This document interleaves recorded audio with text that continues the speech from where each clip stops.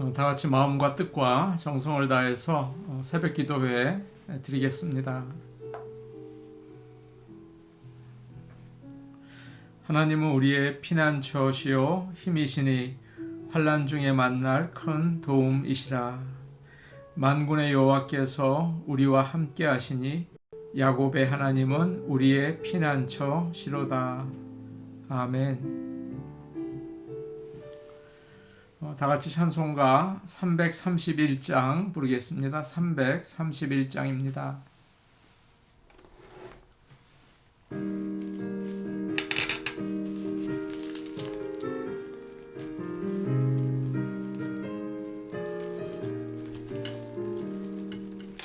영광을 받으신 만유의 주여, 우리가 명령을 따르리라.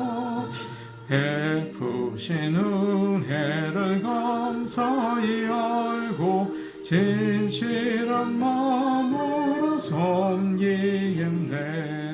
구주의 은혜 주시는 대로 영원히 받들어 섬기겠네. 찬송하겠네, 찬송하겠네. 이 생명을 주시는 구주로다. 구주를 높이고 잘 공경하여 온유한 마음으로 섬기리다. 주 예수 안에서 즐거워하며 충성을 다하여 섬기겠네. 구주의 은혜 주시는 대로 영원히 받들어 섬기겠네. 찬송하겠네, 찬송하겠네. 생명을 주시는 구주로다. 주를 믿고서 늘 사랑하여 참 기쁜 마음으로 섬기리다. 온 마음을 드리고 늘 순종하며 구주를 영원히 섬기겠네. 구주의 은혜 주시는 대로 영원히 받들어 섬기겠네. 찬송하겠네, 찬송하겠네. 생명을 주시는 구주로다. 찬송가 420장입니다. 420장입니다.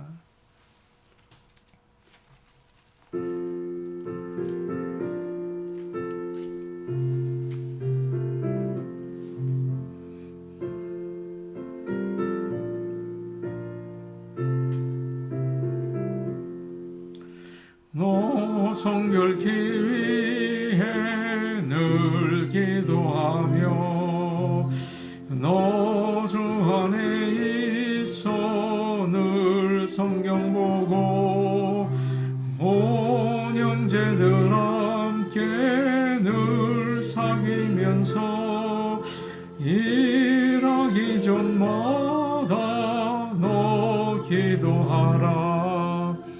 너 성결케 위해 내 머리 숙여 좋은 일이 계신 내 주께 빌라. 주 사귀어 살면 주 닮으리니 널 보는 이마다 주 생각하리. 너 성결케 위해 주 따라가고 일 다급하여도 당황치 말고 참 즐거울 때나 또 슬플 때나 너 주님만 믿고 늘 따라가라. 너 성결케 위해 늘 기도하며 내 소원을 주께 다 맡기어라. 너 성령을 받아 주 섬겨 살며 저 천국에 가서 더 잘 섬기리. 하나님 말씀 같이 보겠습니다. 오늘 우리에게 주시는 하나님의 말씀은 신약성경 디도서 2장 1절에서 8절 말씀입니다. 디도서 2장 1절에서 8절입니다.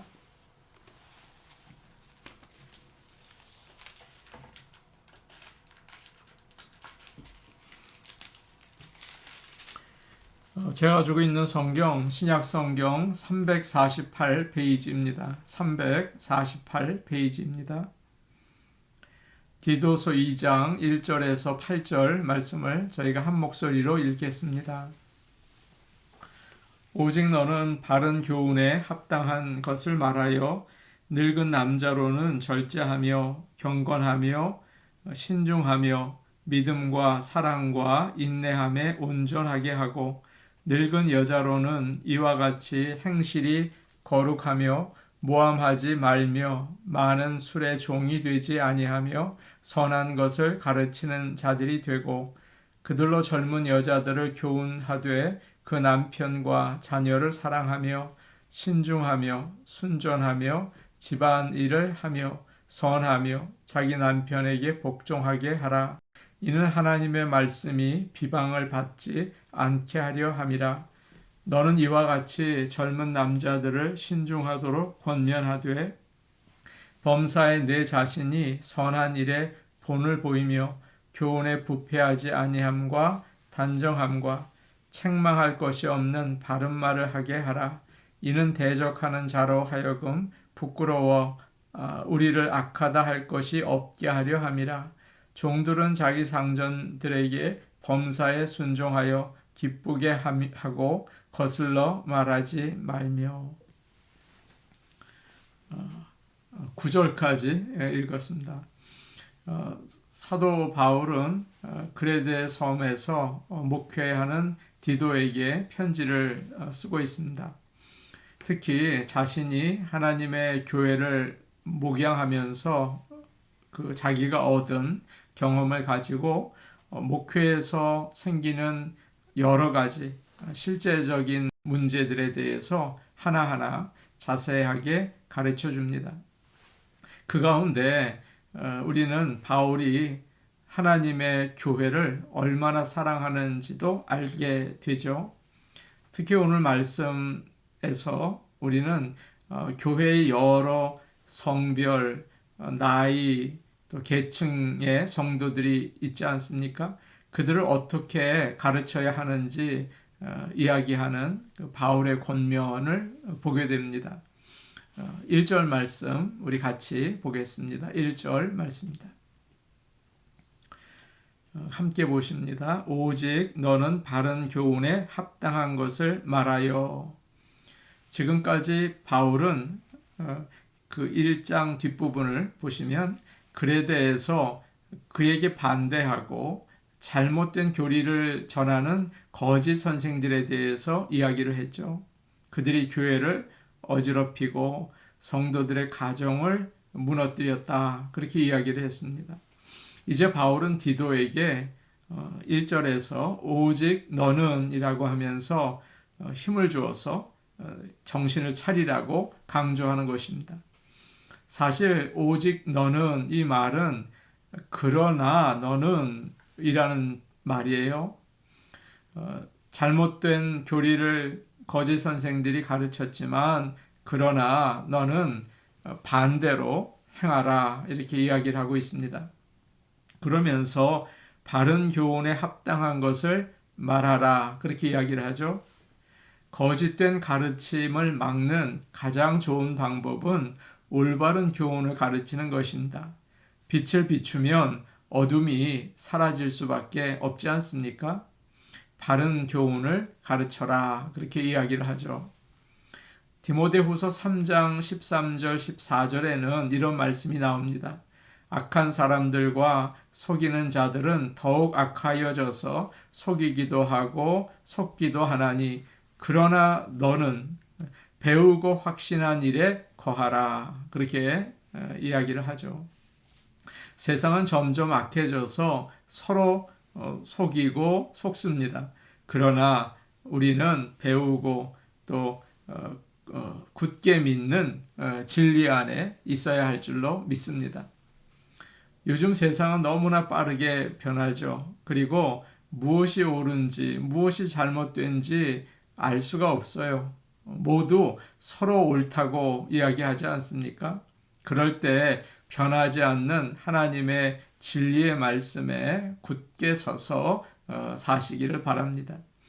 말씀에 거하면서 살 때 반석 위에 집을 짓는 것처럼 견고한 인생이 되겠죠. 그럴 때 가정과 공동체가 가야 할 길을 찾을 수 있게 되는 것입니다. 여기서 나오는 바른 교훈이라는 말은 sound doctrine이라고 되어 있어요. 건전한 교리를 가르치죠. 성도들에게 건강한 믿음을 주고 건강한 생활을 하게 만들어주는 교리라는 말입니다. 바른 교훈은 사도들이 전한 하나님의 말씀을 가리키고 있어요. 그렇기 때문에 교회는 성경 말씀을 잘 읽고 또 전해야 하는 것입니다. 성도들이 말씀을 따라 살 때 모두 건강한 인생을 살 수가 있어요. 우리 교회 모든 성도들이 하나님의 말씀을 읽고 따라서 사는 가운데 행복하고 건강한 인생을 사시기를 축복합니다. 세상에는 얼마나 많은 신학들이 있는지 모릅니다. 교리들이 참 많죠. 그 가운데 지도자는 언제나 기독교의 정통 교리를 가르쳐야 합니다. 1절 뒤에 이렇게 되어 있습니다. 바른 교훈에 합당한 것을 말하며 라고 이야기합니다. 하나님 말씀에 맞는 말과 행동과 생활을 가르치라는 말이죠. 바울은 에베소서 5장 3절에서 이런 말을 했어요. 음행과 온갖 더러운 것과 탐욕은 너희 중에서 그 이름조차도 부르지 말라. 이는 성도에게 마땅한 바니라. 지도자는 항상 하나님의 말씀을 올바로 전하고 성도들이 그 말씀에 순종하도록 가르쳐야 합니다. 이제 2절부터 성도들이 어떻게 이제 살아야 할지를 가르치는 내용이 나오는데요. 그것을 보면 교인들이 올바로 살지 않았기 때문에 바른 교훈에 합당하게 살도록 가르쳐야 하는 걸 알 수 있습니다. 성도들이, 교인들이 서로 존중하지 않고 성급하게 행동하고 비난하고 음란하고 속이고 싸우고 술 취하고 그랬어요. 그들은 모두 하나님을 믿는 사람들이지 않습니까? 그러나 다 타락한 죄인들이기 때문에 그들이 모인 곳에서 이런 일들이 일어난다는 것입니다. 지금 교회에도 마찬가지죠. 겉으로는 나타나지 않지만 또 교회마다 정도의 차이가 있을지 모르지만 다 그런 일들이 있어요. 부끄러운 일들이 많아요. 신학교 졸업생들에게 설베이 여론조사를, 설문조사를 했습니다. 그리고 나서 제 신학생들에게 거기에 대한 답으로 그들이 앞으로 어떤 일을 경험해야 할지를 이야기해주는 그런 글이 있더라고요.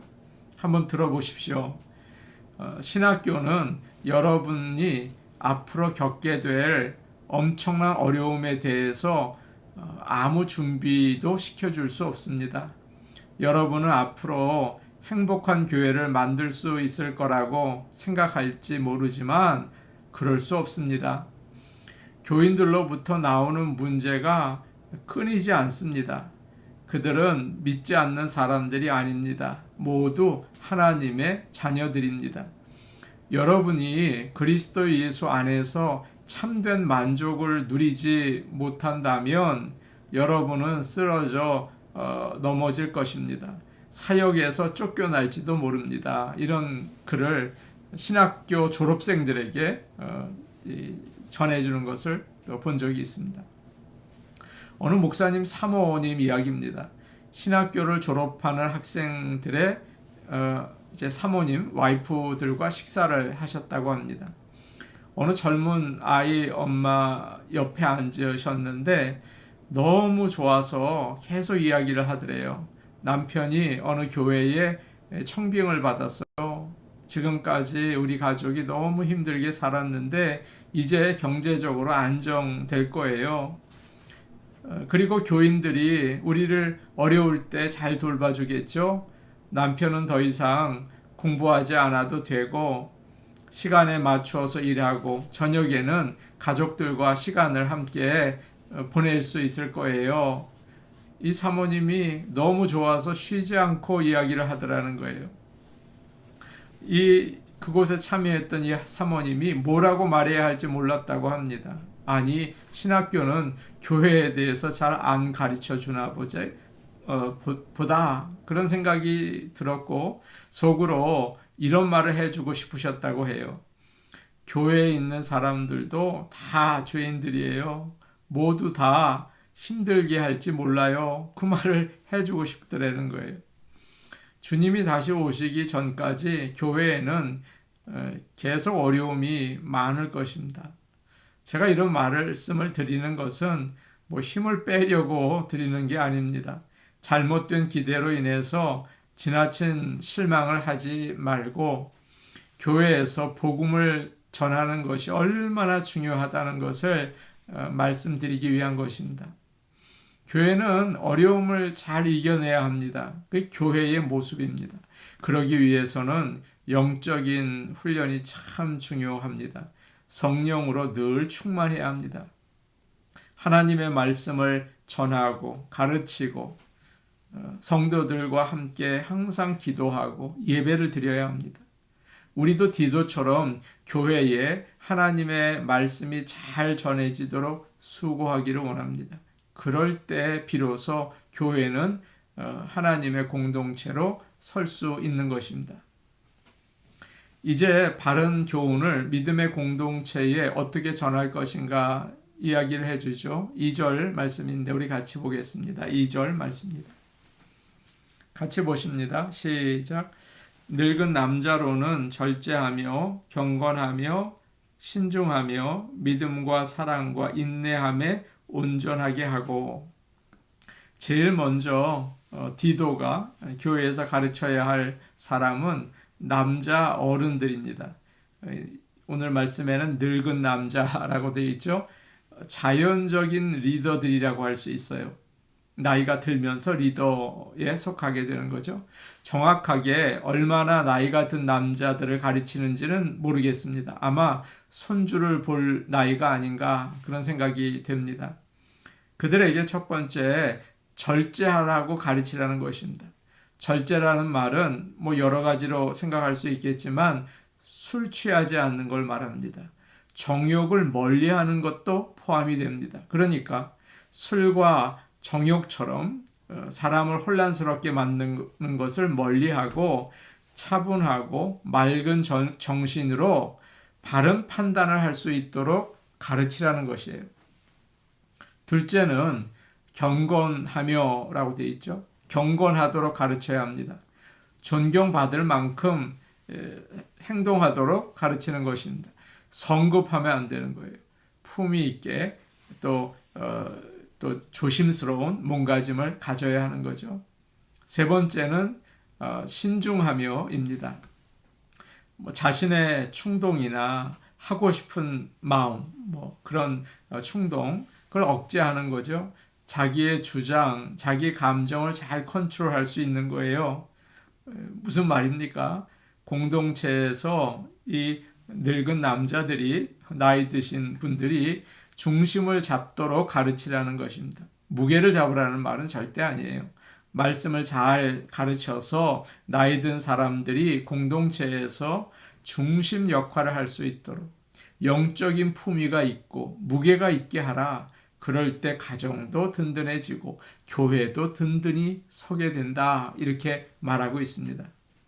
2절 끝에 이런 표현이 있습니다. 믿음과 사랑과 인내함에 온전하게 하고, 믿음과 사랑과 인내함으로 성숙해지라는 말이에요. 나이가 들수록 믿음과 사랑이 더 커져야겠죠. 젊었을 때는 오히려 믿음과 사랑이 있었는데 나이가 들면서 믿음이 희미해지고 사랑이 식어지면 그러면 안 되는 것입니다. 교회가 든든해지지 못해요. 또 믿음과 사랑 다음에는 자연스럽게 그 소망이 나올 것 같지 않습니까? 그런데 소망 대신 인내함이 나오고 있습니다. 소망을 가진 사람은 인내할 수가 있겠죠.